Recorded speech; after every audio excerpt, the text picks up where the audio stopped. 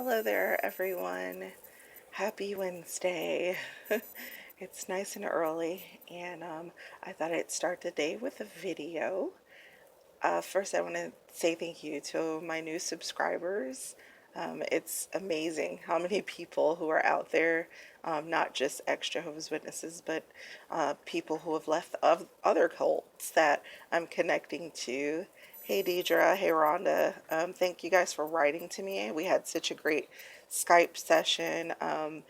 Deidre and Rhonda are both ex-Mormons, and they were excommunicated, and they're currently being shunned by their family too. So it's just amazing how there are so many similarities with the different cults and different religions and backgrounds, and the same practices that are used to either guilt you back into the organization or make you feel like you're completely lost, or they try to make you feel like you're completely lost without their religion in your life. But one thing that I found that we had in common, Deidre, is that we both did not lose our faith.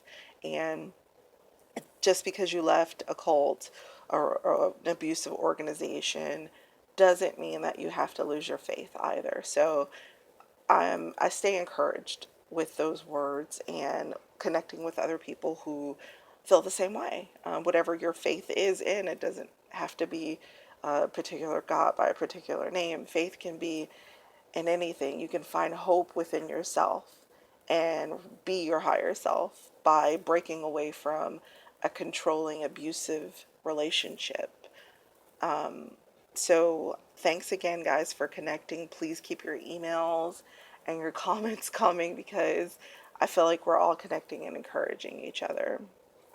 So today, I know I said I was going to make a video about shunning next, but I was getting a lot of questions, and I felt like I wanted to do a quick Q&A and answer some specific questions, especially one that's been bothering me. And I'm going to probably answer that one last. But I had a question from someone the other day that asked, what is it like being newly out?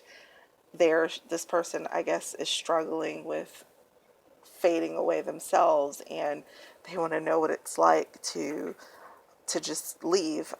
So as I said before in my previous videos, it didn't just happen overnight for me. It wasn't like one day I just woke up and I decided, hey, I don't want to do this anymore. It was a gradual process, and it was a feeling that I always had inside of me since I was a little girl, since I was scared into baptism at 11 years old when I was told that, if I wasn't baptized soon and if Armageddon came tomorrow, no matter if I was a good girl, no matter if I claimed to love Jehovah, that Jehovah would destroy me completely. And no matter what my heart said, if I loved him or not, if, if I wasn't baptized, I was going to die. So imagine being 11 years old and being told that, being a little kid, being told that. It was terrifying to say the least.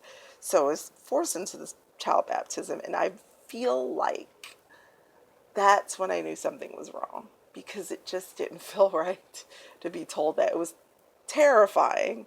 So I was always scared in the organization. I was always scared of something, of doing something wrong, or I don't know. So one day, I think it was after the Silver Bible came out, and I actually took the time to read it and compare it to the old Bibles and even the King James versions and the New Jerusalem versions. And I said, this is not right. It was the Silver Bible gave me such a bad feeling. And that's when I actually started doing research, and uh, it was the assembly last year that really, the 3 day, the big convention, that really threw me for a loop, and that's when I started to fade. Now, being completely out, having not gone to a meeting or a convention in almost a year, I can honestly say I feel like I'm finding my place. It's not like I feel totally free because I still have family. who are in the organization and who are shunning me right now. So there's still some hurt there. And there's also hope, though, that maybe one day I can reach them, kind of like how I'm reaching my siblings right now. They're actually reaching out to me. Two of them have left completely, and another sibling of mine is trying to fade, is thinking about it, but who still talks to me. So that's it's really just, I'm in a place of hope right now. It's not easy, but I'm in a place of hope. So I hope that answers your question, and good luck with you. I send you my best wishes to, um, however you're struggling, that you find your way. Your way may not be my way or anybody else's way, but you have to do your own research and find what works for you. Okay, so the other question that I had was, why didn't I tell anybody when I was a kid and me and my siblings were being abused? That's the question that bothers me. Because if you've never been in an abusive home, especially one that is very strict and all about appearances, then it would be hard for one to understand that uh, I was a child, and I depended on my abusers for my survival, and also my siblings' survival. I cared about my siblings so much, and the people who we were supposed to trust to raise us, to do right by us so that we could become healthy human beings, healthy adults.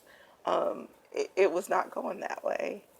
And we were often threatened. We were told that if we told anyone, whether it was a teacher or a doctor or any of the clergy, it we were told that our family would be broken apart, that we might possibly never see each other again.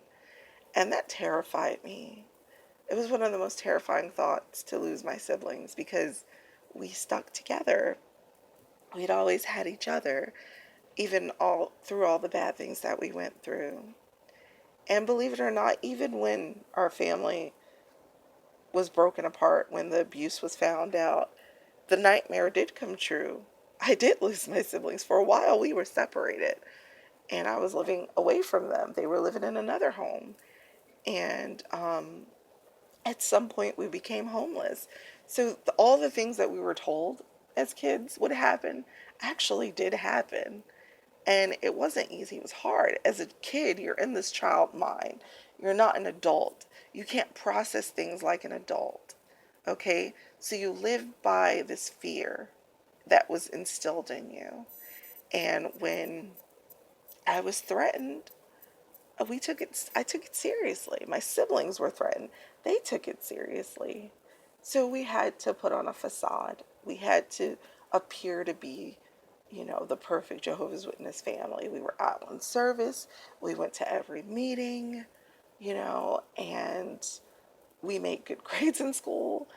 It had to be that way. But as soon as we got home and the doors closed and they were locked, horrific things happened.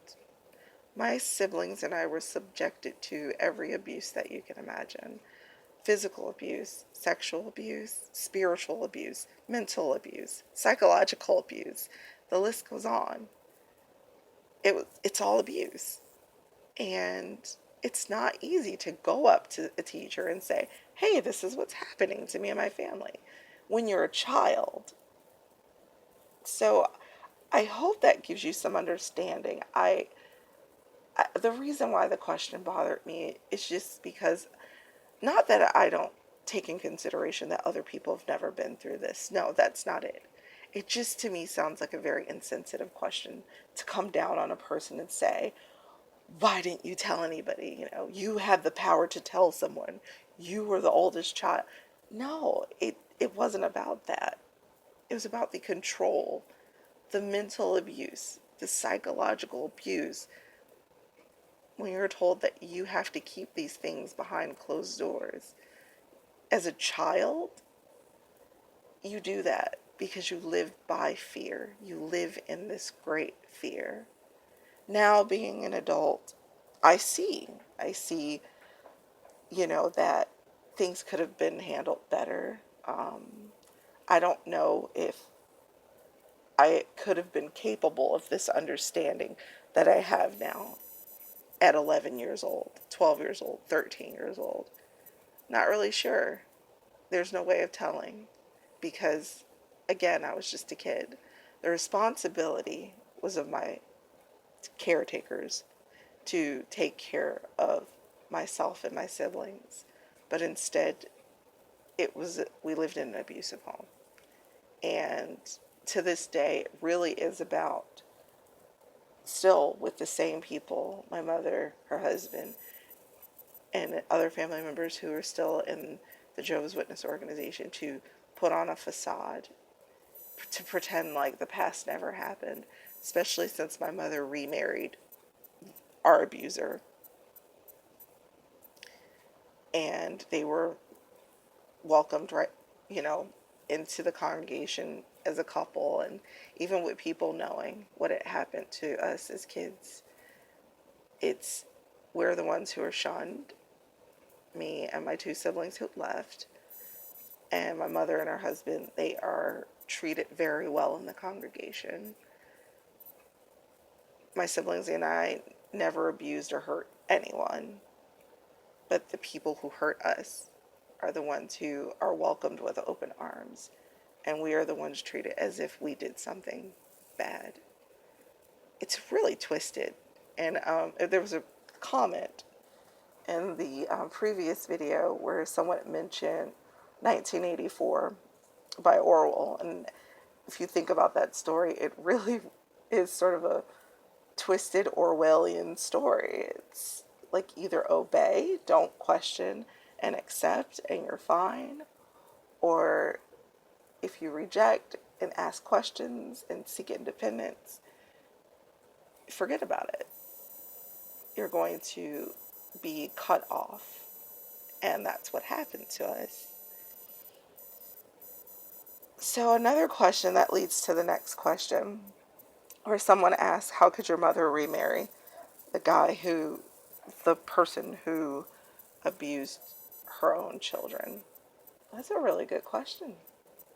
One that I cannot answer. I can't answer it because I would have to be in that mindset to understand, and I don't want to. One time my mother told me to put myself in her shoes when I begged her. When I begged her not to remarry this person. And I told her why. I told her I used to have nightmares, terrifying night terrors that this would happen. It was like my nightmare was coming true. And she told me, how dare you ask this of me? And she said, put yourself in my shoes. And I boldly told her, no, thank you. I don't want to. To put myself in her shoes, I don't have to think that way. And I'm being very vulnerable and open with you guys right now. So please try to understand. I'm not trying to be harsh again. I'm not bashing anyone. I'm not even bashing my mother and her partner. I am speaking openly about my experiences and how I feel the things that happened to me and continue to happen to me and my siblings. So, again, I'm not bashing. These are just facts. These are actual happenings, things that have happened. So I choose not to put myself in her shoes because I don't want to understand how a person, whether they're male or female, could have children and the children get hurt by the person that they're with, their partner, and that partner hurt their children. They go away and come back and want to be back in your life, and you let that person touch you with the same body parts that were used to hurt your children. I hope I put that delicately. Might still sound harsh, but I hope that you can understand what I'm trying to say. Okay, that's all the questions I have time for right now. I'll try to answer more questions in another video, and eventually I will get to that shunning video. I'm hoping that I can make that video by the end of this week. I hope y'all take care, and please keep the questions and comments coming. I am very encouraged by every single one of you. Thank you so much. Take care of yourself and take care of each other.